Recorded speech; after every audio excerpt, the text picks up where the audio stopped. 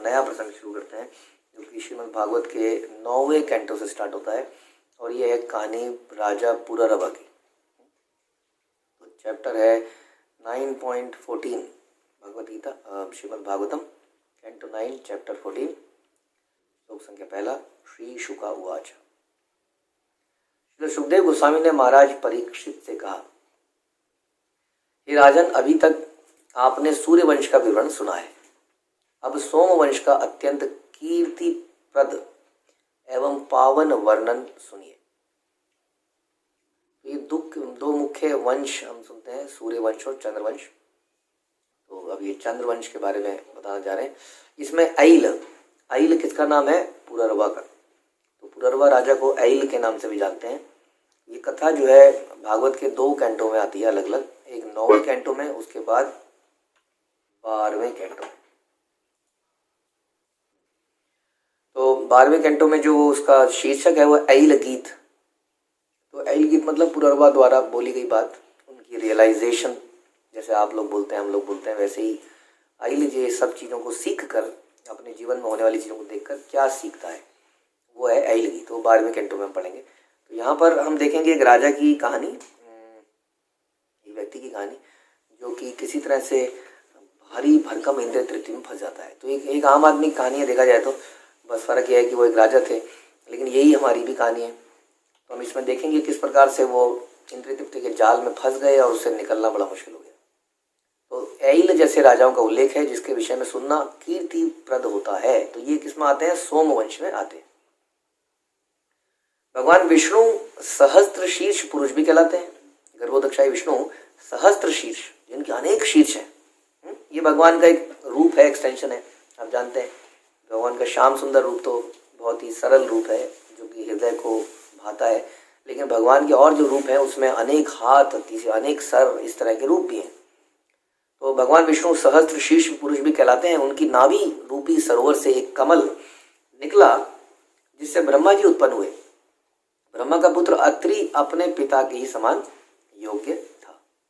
तो अत्रि ऋषि बहुत सारे ब्रह्मा जी के पुत्र हुए जो कि प्रजापति कहलाते हैं। प्रजापति जिन्होंने आगे प्रजा के बढ़ाने का प्रयास किया। ये प्रजा क्यों बढ़ाई गई? ताकि जो बद्ध जीव हैं, जो कि आध्यात्मिक जगत से इस संसार में जिनको जन्म लेना है, वो जन्म लेने का एक अवसर मिले, ताकि उनको ट्रेनिंग दी जाए और ट्रेनिंग देकर उनको वापस वहीं भेजा जाए।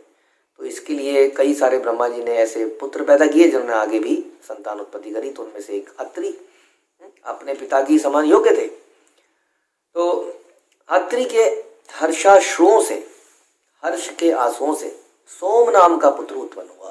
तो हम देखेंगे इस प्रकार से जो पुत्र है, नॉर्मल स्त्री और पुरुष के संयोग से सारे पुत्र नहीं पैदा हुए, कई सारे पुत्र इसी प्रकार पैदा हुए ब्रह्मा जी के। तो उसी में से हम देखते हैं अत्रि के भी हर्ष, क्योंकि उतना ही सक्षम थे जितने कि उनके पिता थे।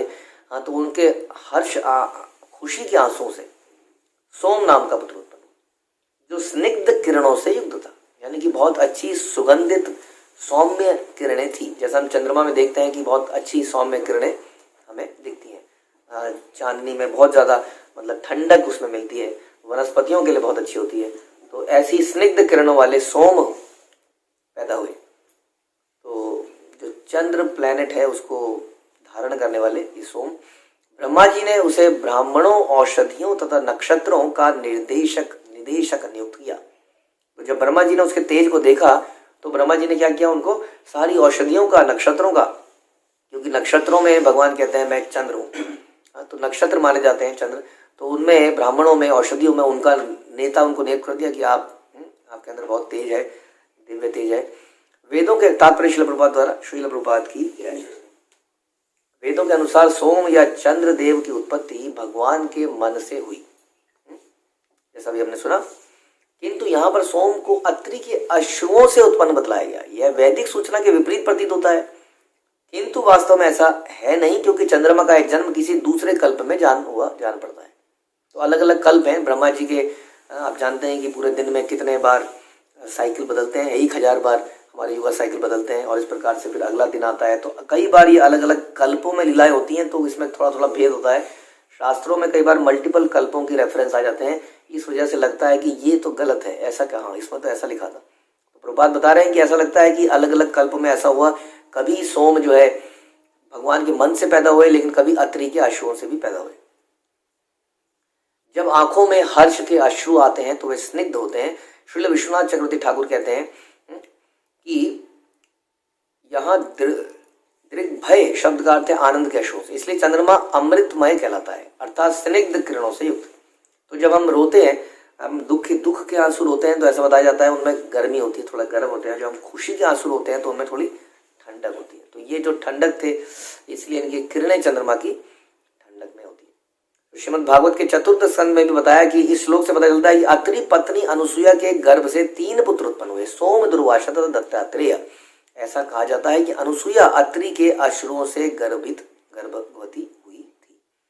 तो अत्रि ऋषि और अनुसुईया बहुत बड़े, ये दोनों पति पत्नी जानते हैं हम इनको, बहुत ही शुद्ध।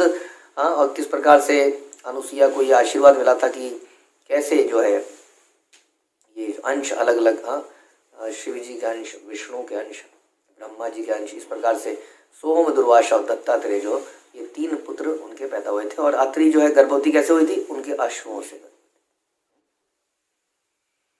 तीनों लोगों को जीत लेने के बाद सोम ने राजसूय नामक महान यज्ञ संपन्न किया।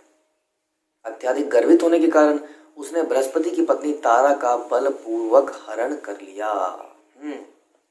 तो ये बहुत बड़े एग्जाम्पल, एक और एग्जाम्पल, जब भी किसी के पास पावर आती है, जैसे हम इंद्र के बारे में बात करते हैं, तो एक और एग्जाम्पल देखिए, केवल इंद्र के साथ ये समस्या नहीं है, ये समस्या हर उस व्यक्ति के साथ आ जाती है जो थोड़ा सा बड़ा हो जाता है, थोड़ा सा धनवान हो जाता है, या बलवान हो जाता है, या ज्ञानवान हो जाता है, या रूपवान हो जाता है, तो उसके अंदर गर्व आ ही जाता है।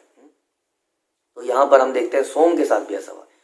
इसलिए जीवन में हमेशा यही प्रार्थना करें कि कैसे हम इस माया से बच पाएं, हमेशा मान सम्मान से बचने का प्रयास हम करें। तो सोम को जब लीडर बना दिया गया सब चीज़ों का, नक्षत्रों का, ब्राह्मणों का, हर चीज़ का, तो उसने फिर क्या किया, सभी जगह जीतना शुरू किया। सब जब को जीत लिया, बहुत बलवान था, तो उसके अंदर बहुत गर्व आ गया। तो इतना गर्व आ गया कि वो मान सम्मान को, मर्यादा को, हर चीज़ को भूल गया। और बृहस्पति जो कि देवताओं के पुरोहित थे, तो उनकी पत्नी तो इनकी माँ समान होनी चाहिए थी, तो उन्हीं की पत्नी को बलपूर्वक हर लिया। इस प्रकार से विनाश काले विपरीत बुद्धि, रावण का भी जो अंत हुआ वो इसी प्रकार से हुआ कि उसने भगवान की शक्ति को ही हरण करने का प्रयास किया। उसके बाद यद्यपि देवताओं ने देवताओं के गुरु बृहस्पति ने सोम से बारंबार अनुरोध किया कि वो तारा को लौटा दे, किंतु उसने नहीं लौटाया। यह उसके मिथ्या गर्व के कारण हुआ। फलस्वरूप देवताओं तथा असुरों के बीच में युद्ध छिड़ गया। असुर कहाँ से आ गए बीच में? असुर इस प्रकार से बीच में आ गए कि जब सोम ने युद्ध के लिए ललकारा, बेसिकली बृहस्पति ने जब युद्ध किया, तो सारे देवता बृहस्पति के साथ हो गए, क्योंकि देवताओं को सोम का यह आचरण अनुचित लग रहा था। क्योंकि देवता होने के नाते उसके अंदर संयम होना चाहिए। हमने सुना भगवत गीता में कि दैवीय गुण कौन से होते हैं। दैवीय गुण में सहिष्णुता, इंद्रियों पे वश करना, सहनशीलता और बहुत सारे गुण होते हैं, जिनमें से ये गुण बिल्कुल देवता को नहीं है। बल्कि हम शास्त्र में सुनते हैं यदि कोई किसी की पत्नी का हरण कर ले तो उसको मृत्यु दंड भी दे दे तो उसमें पाप नहीं लगता है। ऐसा ही हमने पांडवों के विषय में सुना था। इस प्रकार द्रौपदी का उन्होंने वस्त्र हरण करने का प्रयास किया, तो भगवान बाद में बताते हैं कि ऐसे आतताइयों को तो मार देना चाहिए। उनमें से किसी की जमीन हथियाने वाला, किसी को जहर देने वाला, किसी को आग लगाने वाला, इस प्रकार से शास्त्रों में बताए ये आतताई कहलाते हैं। तो इस प्रकार से सोम यहाँ पे एक आतताई का काम कर रहा था। उसने अपनी पत्नी को छोड़कर किसी और की पत्नी पे कुदृष्टि डाली, जबकि और यही हमारा अंत का आरंभ है। जब हम अपनी दी गई भगवान के गिफ्ट से, गिफ्ट ही है, हमने तो कुछ भी अर्जित किया नहीं है वास्तव में, जो भी हमें गिफ्ट मिले हैं उससे प्रसन्न ना होकर हम कहते हैं इसको ये गिफ्ट क्यों मिला। हम समाज में देखते थे, अब तो क्या हम लोग थोड़ा अलग हो गए, लेकिन हम समाज में रहते थे तो गिफ्ट वगैरह देने का सिस्टम तो पहले उसमें भी था ही। लेकिन जब हम देते थे तो कई बार लोग बोलते थे क्या दे दिया है, मेरे को तो ये चाहिए था, या उसको ये क्यों दिया है, मुझे ये क्यों दिया। इस तरह का कंपैरिजन हमेशा हम करते रहते हैं। और फिर भक्ति में भी हम उसी चेतना से आते हैं, फिर भक्ति में बोलते हैं इसको ये क्यों मिला है। कई बार हम सोचते हैं कि हमारे रूप गोस्वामी, सनातन गोस्वामी और हरिदास ठाकुर आज तक जगन्नाथ मंदिर नहीं गए और हमारे मन में कभी ये विचार आता ही नहीं है कि हमें इतना कुछ क्यों मिल रहा है, जब हमारे आचार्यों को दर्शन तक नहीं मिले, लेकिन हम अपने आप को हर चीज़ के लिए एलिजिबल मानने लगते हैं। मेरे साथ ऐसा क्यों नहीं है, मेरे को योग क्यों नहीं दिया गया, ये क्यों नहीं गया। आपको कई सारे एग्जाम्पल रोज ही मिलते हैं, यहाँ पर मुझे क्यों नहीं ले गए। हर जगह ये तो प्रैक्टिकल प्रॉब्लम्स है, हर जगह क्या सभी को ले जाया जा सकता है, लेकिन हम सोचते हैं मेरे को नहीं ले जाएगा, मेरे को छोड़ देगा। हमारे भरसक प्रयत्न रहता है कि ऐसा कुछ ना हो, फिर भी ऐसा हो ही जाता है। फिर मैं इस वाले व्हाट्सएप ग्रुप में क्यों नहीं हूँ, मैं इस व्हाट्सएप ग्रुप में हूँ, क्या कैसे यहाँ उसमें कैसे डाला जाए। तो देखिए ये जो है ना, ये अशुद्धियाँ हैं हृदय की। हमें जो मिला है हम उसको अप्रिशिएट नहीं कर पाते, क्योंकि हम अपने आप को एलिजिबल समझ लगते हैं हर चीज़ के लिए। और यही कारण है इस तरह के अपराध होने का जो अभी सोम के साथ हो रहा है। सोम को कितना कृपा मिली, उसको सबका हेड बनाया गया, लीडर बनाया गया, है ना, सब कुछ उसको दिया गया, लेकिन उसने सोचा कि मुझे ये बृहस्पति की पत्नी तारा क्यों नहीं मिली, ये तारा पे तो मेरा अधिकार होना चाहिए, आई एम द लीडर, मैं एलिजिबल हूँ। तो ये सोचना कि मैं एलिजिबल हूँ सबसे बड़े पाप का सोर्स, सारे हमारे अपराधों का सोर्स यहीं से होता है कि मैं एलिजिबल हूँ। जबकि भक्ति में हमेशा रूप और सनातन की तरह हम यही सोचते हैं कि मैं एलिजिबल नहीं हूँ। जब हम ये सोचेंगे तो क्या होगा, ब्रह्म भूता प्रसन्नात्मा, हम प्रसन्न हो जाएंगे। अदरवाइज कुछ मिलेगा, कुछ ना कुछ तो रह ही जाएगा, कहीं ना कहीं से तो आप रह ही जाएंगे। यहाँ के किसी ग्रुप में आ जाएंगे तो किसी मंदिर के ग्रुप में नहीं होंगे, मंदिर की लीडरशिप ग्रुप में आ जाएंगे तो कहेंगे जीबीसी के किसी ग्रुप में नहीं है, तो कहीं ना कहीं कुछ ना कुछ तो चलता ही रहेगा। ये हमारे जैसे जैसे हमें मिलता जाएगा वैसे वैसे हम अपने आप को एलिजिबल समझने लगेंगे। अब मैं इस पोजीशन पे आ गया हूँ, अब मैं 10th क्लास में आ गया हूँ, now I am eligible for 11th। जबकि हमें ये सोचना चाहिए कि हम आए नहीं है किसी पोजीशन पे, हमारे पर कृपा करके उस पोजीशन पे हमें रख दिया गया है, हम उसके लिए लायक थे ही नहीं। हम दीक्षित हो गए हैं, ये हमने कोई क्वालिफिकेशन नहीं अर्जित कर ली है, हमें दीक्षा दे दी गई है, हम इसके लायक नहीं थे, ना कभी होंगे, हमें दे दी गई है। अब जब दीक्षा हो गई है तो ब्राह्मण दीक्षा कब होगी, ये बताइए, कब होगी, कब होगी। फिर किसी दिन ब्राह्मण दीक्षा हो ही जाएगी, उसके बाद आगे और अगेन वही, जैसे बना रीजनल डायरेक्टर कब बनेंगे, टेम्पल के वो कब बनेंगे, या इस तरह की चीज़ें, कुछ ना कुछ आगे एक पड़ाव तो मिलता ही रहेगा जीवन में, कोई ना कोई पड़ाव तो आगे आएगा ही, कोई ना कोई तो हमसे आगे होगा ही कहीं ना कहीं। जो हमसे जहाँ आगे होगा कैसे उसके बराबर आया जाए। और हम मंत्र क्या बोलते हैं, हम बोलते हैं गोपिर भरतुर पद कमलोर दास दास दास। क्या हम सबको दास की पोजीशन नहीं मिली है, क्या हमें दासत्व की कुछ सेवाएं नहीं मिली है। तो अगर हम दास बनने का ही मंत्र बोलते हैं और हम दास बन गए हैं और हमें सेवाएं मिल गई हैं तो हमें और चाहिए क्या। हम तुलसी महारानी से भी यही मांगते हैं, हम बोलते हैं हे राधे हे कृष्ण मुझे अपनी सेवा में लगाओ। श्रील प्रभुपाद ने हरे कृष्ण महामंत्र का मतलब भी यही बताया। तो सेवाएं तो हमें मिल गई हैं, फिर हमें ये पद पोजीशन ये ग्रुप ये क्यों चाहिए, इसी कारण से बने होंगे। जब मेरे को ज़रूरत होगी तो मुझे बता दिया जाएगा। क्या मेरे पास सेवाओं की कमी है, या मुझे इग्नोर किया जा रहा है, मुझे नहीं सुना जा रहा है, मेरे पर कृपा नहीं करी जा रही है। हम उसके लिए तो कृतज्ञ नहीं है कि मेरे को फिर भी सुना जा रहा है, although I am not eligible, मुझे फिर भी समय दिया ही जा रहा है। तो ये कुछ विसंगतियाँ हैं हमारे अंदर हो ही जाती हैं। अब हम ये भी हो जाता है कि हाँ चलिए अब ये लीडर हमें सुनते हैं, लेकिन ये जो है रीजनल हेड हमें सुने किसी दिन, ये भी हमारी बात सुने। तो वही बहुत बड़ा व्यक्ति आता है तो हमें लगता है कि हाँ अब इसको सुनाया जाए, ये हमारी बात सुनता है। फिर वो सुनने लगता है गुरु महाराज कब मेरा नाम लेके मुझे पुकारेंगे, हाँ जी कहाँ हो आप, बड़े दिनों से मिलने नहीं आए। तो ऐसी इच्छा लगती आती है, ऐसी इच्छाएं, और फिर उसके और ऊपर ये वगैरह वगैरह। तो ये जो है इसका कोई अंत नहीं है, हम आपको ये बताने की प्रयास कर रहे हैं, इसका कोई अंत नहीं है। और इससे यही होता है जो इस बार हम पढ़ रहे हैं, जो हुआ यहाँ पर सोम के से बहुत उसको समझाया भी, ऐसा नहीं समझाया नहीं, उसने पहले तो कर ही लिया, उठा के ले ही गया, उसके बाद समझा रहे हैं। उसके बाद भी ये देवताओं की एक तरह से कृपा ही है कि उसको श्राप नहीं दे रहे हैं, उसको मार नहीं रहे हैं, बल्कि उसको समझा रहे हैं और बार बार अनुरोध कर रहे हैं कि तारा को लौटा दे, लेकिन उसने नहीं लौटाया। इस प्रकार हमारा दिमाग हो जाता है, नहीं आई एम एलिजिबल, ऐसे कैसे, मैं भी देखता हूँ, इतना समय मैंने दिया है। तो जब जब हम अपनी इस ह्यूमिलिटी को त्यागेंगे तब तक हमारा सर्वनाश निश्चित है, 100% निश्चित है, आज नहीं तो कल। जब जब हम समझेंगे कि मैं एलिजिबल हूँ, मुझे एलीट ग्रुप से हटा रखा है, कुछ डिस्कशन हुए थे, मैं उस डिस्कशन का पार्ट नहीं था, फिर हम कहते हैं मुझे क्या पता, मैं तो नहीं था, ऐसा नहीं था उसमें। तो ये सारे अहंकार के अलग अलग रूप हैं। हमें अपने हृदय में झांक के देखना चाहिए कि हमारे हृदय में ऐसा आ ही जाता है, हम सबके हृदय में। जब तक हमारे हृदय में ऐसा है, समझ लीजिए भक्ति का बीज वहां पनप नहीं सकता है। यह उसके मिथ्या गर्व के कारण हुआ। फलस्वरूप देवताओं तथा असुरों के बीच युद्ध छिड़ गया। ऐसा ही युद्ध फिर छिड़ता है। तो जितने भी असुर थे, हाँ, ये असुर कौन है? ये हमारे मित्र हैं जो कहते हैं तेरे साथ गलत हुआ, हम तुम्हारे साथ हैं, तुम आगे बढ़ो, हम तुम्हारे पीछे। ये है असुर।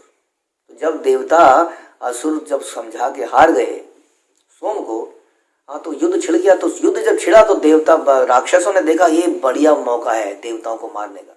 देवता के इतने बलिष्ठ लीडर के साथ हो लेते हैं, आपस में लड़ेंगे तो देवता ही मरेंगे। तो इस प्रकार से सोम के साथ में असुर हो लिए। और ये असुर वही है, हम सोच रहे थे, जो हमारी हाँ में हाँ मिलाते। हाँ, ये तो बड़ी गलत बात है। सुना होगा आपने ये लाइन, कई बार सुनी है आपने ये लाइन, जबकि आपके कान में आए ना तो घंटी बजने चाहिए, ओहो असुर मेरे सामने बैठा है। आपने किसी को कुछ बोला कि ऐसा ऐसा हुआ, पता है तुम्हें, और वो अगर बोले हाँ, ये तो बड़ी गलत बात है। सुनिए आप लोगों ने लाइन कभी? I am 100% sure. अरे ये तो मेरी पड़ोसी भक्ति बोलती है मेरे को ऐसा। हाँ, सुना आपने? हमने उसको बताया हाँ ये तो बड़ी गलत बात है, ऐसा तो नहीं होना चाहिए। हाँ, तो ऐसा ही असुरों ने यहाँ पर कहा, सोम ये तो बड़ी गलत बात है, तुम लीडर हो, एक राजा, किसी के ऊपर भी राजा का अधिकार है। बृहस्पति एक सन्यासी, एक मतलब संत आदमी है, वो क्या करेगा तारा का? तारा तुम्हारे पास ही होनी चाहिए। बिल्कुल सही है, ओके, लड़िए, हम आपके साथ हैं। तो यहाँ से एक भयंकर युद्ध प्रारंभ होता है। बृहस्पति तथा शुक्र के मध्य शत्रुता होने से शुक्र ने सोम का पक्ष लिया। अब देखिए ये होता है ऐसे में, कौन गलत है कौन सही है, धर्म का है अधर्म का है, डज नॉट मैटर। हम अपने पुराने हिसाब किताब बराबर कर, हाँ मेरे साथ भी उसने ऐसा किया था। कोई हमें अगर किसी के बारे में हमारे दिमाग में अगर कुछ है और दूसरा भी वही बोल दे तो हमें लगता है ये बिल्कुल सही बात है। देखिए ये कंफर्म हुआ, इस व्यक्ति ने भी ऐसा। हम किसी के बारे में बोलते हैं ये तुम्हें क्या, उसके बारे में तुम्हारा ख्याल है, वो तुम्हें थोड़ा रूड नहीं लगती है? हाँ मेरे को भी रूड लगती है, ऐसे ऐसे आई थी, ऐसे ऐसे करके चली गई। हाँ, अब ये मेरा ज्ञान जो है कंफर्म हो गया, शास्त्रों द्वारा कंफर्म हो गया। तो इस तरह से गुटबाजियां हो जाती हैं। तो बृहस्पति और शुक्र के मध्य में पहले से ही झगड़ा था, तो ऐसे में सब लोगों ने झगड़े वगड़े निपटाने के लिए एक दूसरे का साथ ले लिया। तो शुक्र जो है सोम का पक्ष ले लिया और सारे असुर भी उसके साथ हो लिए। किंतु अपने गुरु का पुत्र होने के कारण शिवजी स्नेहवश बृहस्पति के पक्ष में हो लिए और उनके साथ सारे भूत प्रेत भी हो लिए। तो शिवजी जो है बृहस्पति के पक्ष में आ गए और सारे भूत पिशाच भी आ गए। तो राक्षस उधर हो गए, इधर भूत हो गए, कुछ देवता इधर हो गए, कुछ देवता उधर हो गए। तो सब आपस में लड़ने की तैयारी है। किस लिए लड़ रहे हैं सब? एक स्त्री के लिए, एक नारी के लिए, यानी कि एक स्त्री और नारी पवित्र वस्तु है, लेकिन यहाँ पर ऐसा देखा जा सकता है इंद्रिय तृप्ति की वस्तु के लिए। स्त्री कभी भी इंद्रिय तृप्ति की वस्तु नहीं है, लेकिन हम उसको ऐसा समझ लेते हैं। तो उसके चक्कर में सारी तरफ लड़ाई हो रही है और कुछ लोग अपने ग्रजेस निकाल रहे हैं, पुराने दुश्मनियां निकाल रहे हैं। तो यद्यपि सोम एक देवता है, लेकिन अन्य देवताओं से युद्ध करने के लिए उसने असुरों की सहायता ले ली। हम लोग तो इस्कॉन के ही हैं, लेकिन जब इस्कॉन के लोगों से ही प्रॉब्लम होने लगी तो बाहर के लोगों से सहायता लेनी शुरू कर दी। हम भूल गए हमारा कॉमन लिंक थे श्रील प्रभुपाद या भगवान, हमारा लिंक है, हम तो भक्त हैं आपस में, लेकिन फिर हमने दूसरों की सहायता ली। इसी तरीके से बढ़ता है। पहले हम एक ही लीडर के अंडर थे, जब उस लीडर के लोगों से प्रॉब्लम होने लगी तो दूसरे लीडर का सहायता लेनी शुरू करी, और फिर उससे प्रॉब्लम होने लगी तो दूसरे परंपरा से सहायता लेने की प्रयास करा, और उससे भी प्रॉब्लम होने लगी तो भाड़ में जाए, ये सब कृष्ण भक्ति ही प्रॉब्लम है, सारी प्रॉब्लम तो यही है। इस प्रकार से ये धीरे धीरे बढ़ता है। तो यहाँ पर कुछ ऐसा ही हो रहा है। बृहस्पति का शत्रु होने से शुक्र ने भी अपने क्रोध का बदला लेने के लिए चंद्रमा का पक्ष ले लिया। स्थिति को समझ, इसलिए ये बड़ा खासतौर पे जब दो बड़े बड़े लोगों, कुछ लोगों के बीच में, बड़े या छोटे किसी के बीच में भी झगड़ा हो रहा है, तो उसका मतलब ये नहीं है कि झगड़े में गुटबाजी की जाए। एक अच्छा भक्त वही है जो हर दोनों को ये समझाए कि देखिए आप ही की गलती है, क्यों आप ऐसा कर रहे हैं। It is not about right and wrong. मैं एक जगह सुन रहा था तो उसमें बता रहे थे कि कई बार माना कि एक रास्ता सही रास्ता है, लेकिन जो व्यक्ति गलत रास्ते पे भी जा रहा है, समय उसको अपने हिसाब से समझाता है।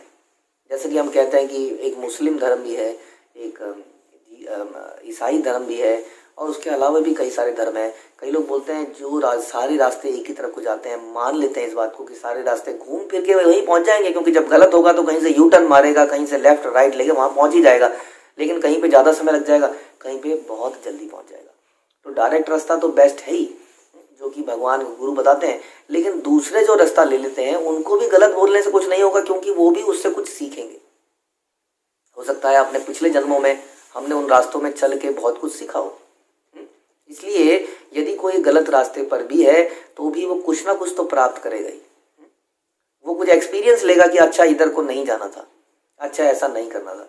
तो हमें सोचना चाहिए, हम अक्सर गलत और सही के चक्कर में पड़ जाते हैं कि ये वाला व्यक्ति सही है, ये वाला व्यक्ति सही है। वास्तव में सही वही है जो गुरु और कृष्ण को सरेंडर्ड है, वो सही है हर हाल में। और अगर दूसरा सरेंडर नहीं भी है तो हमारा प्रयास ये रहना चाहिए कि कैसे उसको सरेंडर किया जाए। लेकिन हम लोग ऐसे युद्ध में लग जाते हैं और एक दूसरे को विनष्ट करने में लग जाते हैं। किसी को मारने से पीटने से कोई भी रास्ते पे नहीं आ सकता है, इसी तरह से बातचीत से समझा बुझा के ऐसा किया जा सकता है। लेकिन इस स्थिति को संभालने के लिए शिवजी ने बृहस्पति के प्रति स्नेह के कारण उसका पक्ष लिया। बृहस्पति का पिता अंगिरा था जिसने शिवजी से ज्ञान प्राप्त किया था, इसलिए शिवजी को बृहस्पति से थोड़ा स्नेह था, अतएव इसलिए वे इस युद्ध में उसकी ओर होली है। श्रीधर स्वामी टीका करते हैं कि शिवजी ने अंगिरा से ज्ञान प्राप्त किया, यह प्रसिद्ध है। उसके बाद क्या हुआ, इंद्र सभी देवताओं को साथ लेकर बृहस्पति के पक्ष में हो लिया। तो बृहस्पति के साथ इंद्र भी हो लिए। इंद्र को भी अपना असुरों से तो निपटाना ही होता है हिसाब किताब। तो इस तरह महान युद्ध हुआ जिसमें बृहस्पति की पत्नी तारा के कारण ही असुरों और देवताओं का विनाश हो गया, दोनों का विनाश हो गया। तो इस तरह से ये कितनी शिक्षाएं ली जाएं, अनलिमिटेड शिक्षाएं हम देख सकते हैं कि इंसान का विनाश ही तब होता है जब वो इंद्रिय तृप्ति के लिए बाहर निकलता है। इंद्रिय तृप्ति के विषय क्या है आप जानते हैं। आंखों से हम इंद्रिय तृप्ति करते हैं, त्वचा से हम इंद्रिय तृप्ति करते हैं, और जीव से और न जाने इन सारे अंगों से हम इंद्रिय तृप्ति करते हैं। इनको शुद्ध बनाएंगे तभी हमारा जीवन बचेगा, नहीं तो हम जानते हैं कि जब मछली सारे तालाब का खाना छोड़कर वो जो उसको डाला जाता है उसके पकड़ने वाले कांटे में, उसको पकड़ के उसके प्रति अट्रैक्ट होती है, तो वही उसका मृत्यु का कारण बनता है। दुनिया भर की रोशनी को छोड़कर, सूर्य की रोशनी को छोड़कर, सबकी रोशनी, चंद्रमा की रोशनी को छोड़कर जब पतंगा एक बल्ब की रोशनी, आग की रोशनी की तरफ जाता है तभी उसका अंत होता है। उसी प्रकार एक हाथी जब एक हथनी के चक्कर में फंस जाता है तो इतना बलिष्ठ हाथी भी पकड़ा जाता है, कंट्रोल कर लिया जाता है। तो इस प्रकार एक तो यही समझना है, दूसरा यही समझना है कैसे हम लोग जब कभी अट्रैक्शन आए इंद्रिय तृप्ति के लिए, तो ऐसे व्यक्ति का, या इंद्रिय तृप्ति बुराई करना भी हो सकता है किसी की, तो ऐसे व्यक्ति में जो हमारा समर्थन कर रहा है कि हाँ कभी तो खा लेना चाहिए, कोई फर्क नहीं पड़ता, कभी कभी तो बुराई भी चली जाएगी, कभी कभी जो भी हमारा समर्थन कर रहा है समथिंग नेगेटिव में, समझ लीजिए वो हमारा शत्रु है, हमारा मित्र बिल्कुल नहीं है, जैसे कि यहाँ पर हो रहा है।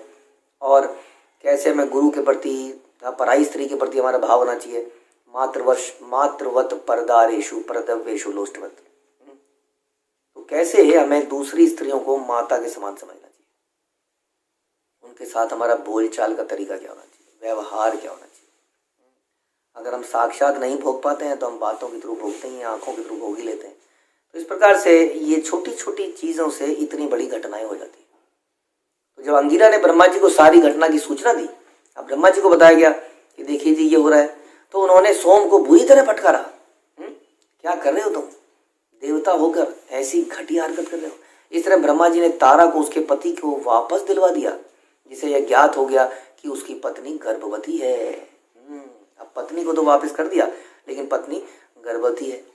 आगे देखिए क्या होता है। बृहस्पति ने कहा, अरे मूर्ख स्त्री, जिस गर्भ को मेरे वीर से निषेचित होना था वह किसी अन्य के द्वारा निषेचित हो चुका है। तुम तुरंत ही इस बच्चे को पैदा करो, तुरंत ही करो। आश्वस्त रहो कि इस बच्चे के जन्मने के बाद मैं तुम्हें भस्म नहीं करूंगा। मुझे पता है कि यद्यपि तुम दुराचारणी हो, किंतु तुम पुत्र की इच्छुक थी, अतएव मैं तुम्हें दंड नहीं दूंगा। तो यहाँ पर कुछ और चीजें मिलती हैं कि माना कि कोई पुरुष ने, बहुत ही बलशाली पुरुष ने, सोम जो है बहुत ही सुंदर था, सोम जो है बहुत ही बलशाली था, उसने उसको अगवा कर ही लिया। लेकिन एक स्त्री को भी माता सीता जैसा होना चाहिए, कि कोई पराया पुरुष उसको हाथ ना लगा सके। लेकिन कहीं ना कहीं ऐसा शास्त्र बताते हैं उसको उसकी सुंदरता और उसके ऐश्वर्य के प्रति वो गिर गई और फिसल गई और उससे ये पाप हो गया। तो इस प्रकार से स्त्रियों का भी चरित्र ऐसा होना चाहिए कि कैसे वो किसी को पहले तो अट्रैक्ट ही ना करें, कैसे वो बात करें, कैसे वो कपड़े पहने कि किसी को कभी अट्रैक्ट ना करें, और कभी कोई अट्रैक्ट करने की कोशिश करे तो आप सबसे यही अनुरोध है कि ऐसी बात बोला जाए कि वो व्यक्ति कभी दोबारा ना आपसे बात कर पाए। ऐसा चरित्र होना चाहिए कि आपसे बात करते हुए डर लगे उसको कि मैं बात कर रहा हूँ, काट ही दिया जाऊँगा, अगर जरा सा भी लूज टॉक करूँगा तो यहीं पर जवान से ही काट दिया जाऊँगा। ऐसा करना अनिवार्य है। ऐसा नहीं करेंगे तो पुरुषों का नेचुरल स्टेट यही रहती है कि वो देखते हैं कि हंसी तो फंसी। ये बहुत पुरानी चीज़ें हैं। पत्नी होने के बावजूद भी इंसान का दिमाग इसी में घूमता रहता है, कौन मेरे से अट्रैक्ट हो रहा है, क्यों ना दूसरी पत्नी बना ली जाए, क्यों ना दूसरी गर्लफ्रेंड बना ली जाए। कई लोग होते हैं उनकी एक पत्नी है और तो साथ में किसी और को भी लेके चल रहे हैं। हाँ, कई उन्हें दूसरी शादियाँ कर ली हैं। कितनी चीज़ें हम सुनाई देती है चारों तरफ।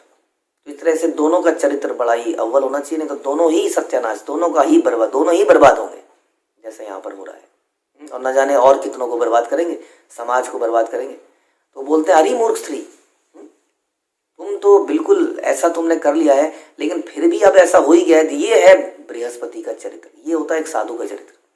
साधु फिर भी कह रहा है डोंट वरी, आपने इतना घिनौना काम किया है, फिर भी तुम आप इस बच्चे को पैदा कीजिए, इस बच्चे का मैं पालन पोषण करूंगा, हाँ तुम्हें दंड नहीं दूंगा। तारा का विवाह बृहस्पति से हुआ था, सती स्त्री के रूप में उसे बृहस्पति से वीरदान लेना था, किंतु उसने सोम से वीरदान लेना बेहतर समझा, अतएव वह दुराचारिणी थी। यद्यपि बृहस्पति ने ब्रह्मा जी के कहने पर तारा को स्वीकार कर लिया, किंतु जब उन्होंने देखा कि वह गर्भवती है तो उन्होंने तुरंत ही तारा से पुत्र जन्ने को कहा। तारा अपने पति से अत्यधिक डरी हुई थी, वो सोच रही थी कहीं इसको मार तो नहीं देगा, इसलिए बृहस्पति ने उसको आश्वासन दिया कि ऐसा कुछ नहीं होगा। चाहे तुमने दुराचारिणी बनी, अवैध रूप से गर्भवती हुई, फिर भी क्योंकि तुम्हारी पुत्र की इच्छा थी। ये होता है एक संत व्यक्ति जो दुष्ट व्यक्ति की भी इच्छाओं की पूर्ति करना चाहते हैं ताकि वो किसी तरह से संतों के साथ रह पाए। इसलिए संत में होते हुए जैसे शिला प्रभुपाद ने जब इस्कॉन के मंदिर बनाए तो वहाँ पर गोविंदास भी खोल दिए, ताकि हमारी जो इच्छाएं हैं किसी तरह से गोविंदास में ही पूरी हो जाएं, खाने की इच्छाएं वहीं पे पूरी हो जाएं, नहीं तो बाहर इधर उधर मुंह मारेंगे। हाँ, तो हम वो चाहते थे कि किसी तरह से धीरे धीरे शुद्ध हो, लेकिन शुद्ध होने के बाद अल्टीमेटली इन चीज़ों से विरक्ति पैदा होनी आवश्यक है। अगर इंद्रिय तृप्ति के विषयों से हमारी विरक्ति नहीं हो रही है तो हम भक्ति में आगे नहीं बढ़। तो इसलिए संत पुरुष होने के नाते उन्होंने उसको संरक्षण दिया, फिर भी संरक्षण दिया। इस प्रकार से हम सीख सकते हैं कैसे एक पापी को भी संरक्षण दिया जाना चाहिए। कई बार हम बोलते हैं कि गुरुकुल में इस बच्चे का क्या करें, इस व्यक्ति का क्या करें, कांग्रीगेशन में इस व्यक्ति का क्या करें। तो आपसे अनुरोध यही है कि सहनशीलता रखिए। ये परंपरा तो चली ही हिप्पियों की थी, ये तो शराबियों की ही परंपरा है। शराबियों को कैसे भक्त बनाया जाए, तो हमारे अंदर इतना क्यों आ गया है? हम भी तो उसी स्थिति से आए हैं, इसलिए हमें लोगों को एक्सेप्ट करना पड़ेगा। और इस कार्य से भगवान बड़े प्रसन्न होंगे। ये जस्ट इसलिए एक्सेप्ट कर रहे हैं क्योंकि वो मेरे भक्त हैं। इससे भगवान को आप तुरंत पसंद कर पाएंगे। ये सहनशील, इसके लिए सहनशीलता अपने अंदर लानी पड़ेगी, क्योंकि वो लोग कुछ ऐसा कार्य करेंगे जो आप नहीं करते हैं, राइट। फिर भी आप उनको टॉलरेट करेंगे और उनको प्यार देते रहेंगे, और इस प्रकार हो सकता है वो एक दिन शुद्ध बन जाए और हो सकता है एक दिन शुद्ध ना भी बने। रिजल्ट हमारे हाथ में नहीं है, ना ही हम उसके लिए परेशान हैं। हम तो केवल ये जानते हैं कि हम गुरु और कृष्ण की प्रसन्नता के लिए कार्य करेंगे। इसलिए हमें ऐसा बनना पड़ेगा जैसा यहाँ बृहस्पति बने। तो उन्होंने ऐसा बोला उसको। उसके बाद क्या हुआ, सुखदेव गोस्वामी ने आगे कहा कि बृहस्पति का आदेश पाकर अत्यंत लज्जित हुई। अगर किसी को दंड दे दिया जाए तो लज्जित नहीं होता है, वो सोचता ठीक है मैंने गलती करी, मुझे तो थप्पड़ प्राप्त हो गया, मैंने गलती करी, मुझे निकाल दिया गया, मुझे कुछ कर दिया। लेकिन यदि गलती होने पर भी डांटा भी जाए और एक्सेप्ट भी कर लिया जाए तो व्यक्ति बड़ा लज्जित हो जाता है।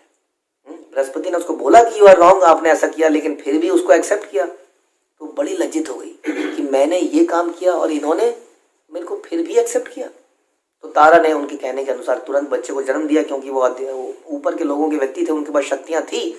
ऐसा पॉसिबल था कि बच्चे को तुरंत जन्म दे दिया जाए, और वो बच्चा बड़ा अत्यंत सुंदर पैदा हुआ और उसकी शारीरिक जो कांति थी वो सोने जैसी थी। बृहस्पति तथा सोम दोनों ने ही उस सुंदर पुत्र को सराहा। अब देखिए एक और कलह, कोई ना कोई वस्तु कलह का कारण बनती है, क्योंकि हम चाहते हैं कि भोक्ता हम, सर्वलोके महेश्वरम, मैं भोक्ता हूँ। वैसे तो कृष्ण ने बोला कि भोक्ता मैं हूँ, सर्वलोक सारे संसार का मालिक मैं, लेकिन हमें लगता है कि जो चीज़ प्राप्त होनी चाहिए मुझे होनी चाहिए। जैसे मैं शुरुआत में डिस्कस कर रहा था, ये एलीट ग्रुप में मैं क्यों नहीं हूँ, इस यात्रा में मैं क्यों नहीं गया, इस जगह पे मुझे क्यों नहीं बुलाया गया, यहाँ पर खाने कुछ लोगों ने बैठ के खाना खाया, मैंने क्यों नहीं खाया। हम हर चीज़ के अपने आप को एलिजिबल मानते हैं कि ये वस्तु अगर है तो ये मेरे लिए है, बिकॉज आई एम शुद्ध, मैं शुद्ध हूँ। हम अपने आप को बोलते तो हैं कि मैं अशुद्ध हूँ, मैं नीच हूँ, मैं पापी हूँ, और चैतन्य महाप्रभु आप तो पतित पावन है, लेकिन हम अपने आप को पतित मानते नहीं हैं।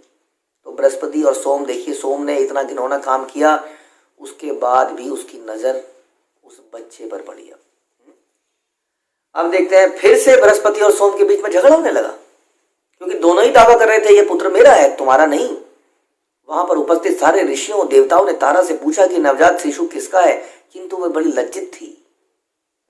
हम जब कुछ घिनौना काम करते हैं ना, तो उसकी लज्जा हमें बहुत समय तक झेलनी पड़ती है। इसलिए ध्यान रखिए, थोड़ी देर की इंद्रिय तृप्ति कितनी बड़ी लज्जा का, पाप का कारण है। वो लज्जित होने के कारण तुरंत कुछ भी उत्तर नहीं दे पाई। तब बालक अत्यंत क्रुद्ध हुआ और उसने अपनी माता से तुरंत सच सच बोलने को बोला। और माँ को बालक क्या बोलता है, वो बोलता है हे दुराचारिणी। ऐसा ही होता है, जिस वस्तु के लिए हम झगड़ते हैं वही वस्तु हमें एक दिन दुत्कार देती है।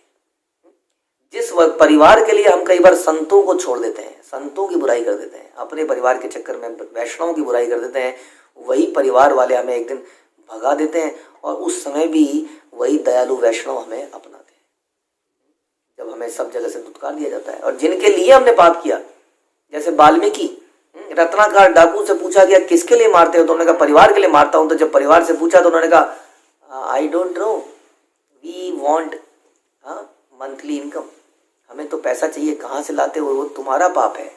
तो इस प्रकार से सोम जो है उनके जो पुत्र थे हुए थे, तो उन्होंने जब पूछा बताओ मेरा पिताजी कौन है, जब नहीं बताया तो बोले दुराचारणी, तुम्हारे द्वारा ये लज्जा व्यर्थ है, तुम लज्जा करती हो ऐसा काम करने के बाद, अब तुम अपने दोष को स्वीकार क्यों नहीं कर लेती, तुम मुझसे अपने दोषी चरित्र के विषय में बताओ। और उसके बाद ब्रह्मा जी जो है तारा को एकांत मिलेगा। ब्रह्मा जी तो है परिवार के हेड हैं, वो समझते थे कि ऐसे नहीं बताएगी। एक और चीज़ सीखने को मिलती है, कई बार हम पब्लिकली ही सभी के सामने सारा दोष उगलवाना चाहते हैं। कई बार पति पत्नी का झगड़ा होता है, उसमें भी तभी के तभी बता ऐसा क्यों हुआ। अब वो कुछ दिमाग खराब है हमारा, उस वक्त हमें गुस्सा है, और गुस्से में सबसे बेस्ट है कि उस बात को वहीं पे समाप्त किया जाए, ठंडे दिमाग से दोबारा विचार किया जाए। लेकिन हम तो वहीं पे कैसा, ऐसा क्यों, तुमने ऐसा क्यों किया, तुमने ऐसा क्यों किया, तुम बताओ, अभी बैठो। एक व्यक्ति उसमें से निकलने की कोशिश भी करता है तो दूसरा व्यक्ति खींच, नहीं कहाँ जा रहे हो, बैठो यहाँ, अभी के अभी फैसला करो। और दिमाग खराब है दोनों के, ऐसे में ऊटपटांग फैसला ही होगा। लेकिन हम तो कहते हैं सारा फैसला ये देता हूँ, फैसला तेरे को मैंने तलाक दिया, ले फैसला। वो कहती है तू मुझे क्या निकालेगा, ले मैंने तुझे निकाला। एक दिन बाद दोनों रोते हैं जबरदस्त तरीके से, क्या हो गया, ये क्या हो गया प्रभु, क्या कर लिया। उसी तरह से कई बार कुछ बच्चे हैं, वो बच्चा ने कुछ गलती कर दिया है, सारे लोग आ जाएंगे, एक उधर से सारे लोग ज्ञानी लोग अपना अपना ज्ञान लेके आएंगे, तूने ऐसा किया, शर्म नहीं आती तेरे को, उधर से दूसरा आएगा, तूने ऐसा किया है बेशरम, उधर से तीसरा आएगा, सारे लोग एकदम से मालिक बन जाएंगे वहाँ पर, धर्म के ध्वजी। और वो व्यक्ति बेचारा क्या बोलेगा ऐसे में, क्या वो रियलाइज करेगा। इसलिए ब्रह्मा जी ने उसको एकांत में लेके गए, देखिए मामला बहुत गर्म हो रहा है, तो आपको समझना पड़ेगा, जो आपसे हुआ कोई बात नहीं, अब आप बताइए क्या स्थिति है, ताकि सारी चीज़ें क्लियर हो सकें। तो ब्रह्मा जी ने उससे बड़े प्यार से एकांत में पूछा, सांत्वना देने के बाद पूछा कि वास्तव में किसका पुत्र है। उसने धीमे से उत्तर दिया, यह सोम का पुत्र है। तब सोम ने तुरंत ही उस बालक को स्वीकार कर लिया, हत्या लिया। ये होते हैं दुष्ट लोग, पहले पाप करते हैं, उसके बाद उसका फल भी खा लेना चाहते हैं। तो हे महाराज परीक्षित, जब ब्रह्मा जी ने देखा कि वह बालक अत्यधिक बुद्धिमान है, तो उसका नाम बुद्ध रख दिया गया। तो इस पुत्र के कारण नक्षत्रों के राजा सोम ने अत्यधिक हर्ष का अनुभव किया, तो उसका नाम क्या रखा गया, बुद्ध। ठीक है, तो बुद्ध कौन है, सोम के पुत्र हैं। तो तो राजा को बड़ा हर्ष हुआ, लेकिन ये हर्ष एक तरह से आप कह सकते हैं सांसारिक टेम्पररी हर्ष है, क्योंकि जो उन्होंने पाप किया उसका फल तो उन्हें भुगतना ही पड़ेगा। तत्पश्चात इला के गर्भ से बुद्ध को पुरर्वा नाम का पुत्र की प्राप्ति हुई। तो इला, ऐल जो हम कह रहे थे, पुरर्वा को हम ऐल कह रहे थे, तो उनकी माता का नाम क्या है? इला। तो पुरर्वा चंद्रवंश में पैदा हुए। पुरर्वा के पिता का नाम है बुद्ध, जो कि सोम के पुत्र हैं, और उनकी माता का नाम है इला। तो इला के गर्भ से बुद्ध को पुरर्वा प्राप्त हुआ, जिसका वर्णन नवम स्कंद के प्रारंभ में किया जा चुका है। जब नारद ने इंद्र के दरबार में पुरर्वा के सौंदर्य, गुण, उदारता, मतलब ये एक अलग कहानी है इला की और बुद्ध की, ये कभी हम और सुनेंगे। इला एक ऐसा व्यक्ति है जो कुछ समय के लिए पुरुष बन जाता है और कुछ समय के लिए स्त्री बन जाता है। तो ये एक स्त्री प्राप्त, एक लेडी प्राप्त हुई थी, कुछ पुत्र की प्राप्ति चाहिए थी, समरी में बताया, लेकिन एक पुत्री हो गई। फिर पुरोहितों से रिक्वेस्ट करी गई, तो उसको फिर से एक मेल बना दिया गया, और वो मेल बन गया और राजा धीरे धीरे राजा बन गया। और फिर वो एक दिन ऐसी जगह में चला गया जहाँ पे शिव जी का अधिकार था, क्षेत्र था। शिव जी के क्षेत्र में जैसे ही वो घुसा, तो शिव जी ने पार्वती को वहाँ पर वरदान दे रखा था कि तुम्हें यहाँ पे शर्माने की जरूरत नहीं है, यहाँ पे सारी स्त्री हैं, और कोई पुरुष अगर स्त्री इस एरिया में घुस जाएगा तो वो तुरंत स्त्री बन जाएगा। और इस प्रकार से ये जो है इला उस क्षेत्र में घुस गया, और घुसते ही स्त्री बन गया। और बाद में उसके राज्य के लोगों ने बोला कि अरे भैया, ये तो हमारा राजा था, अब क्या करें? तो बड़ी मुश्किल से फिर फाइनली शिव जी ने ये बताया कि ठीक है, ये आई थिंक 15 दिन या ऐसा कुछ के लिए स्त्री बनेगी और कुछ दिन के लिए पुरुष बनेगा, कुछ ऐसा घटनाएं हुई। तो ये वही है, और फिर इनसे पुरर्वा की उत्पत्ति हुई।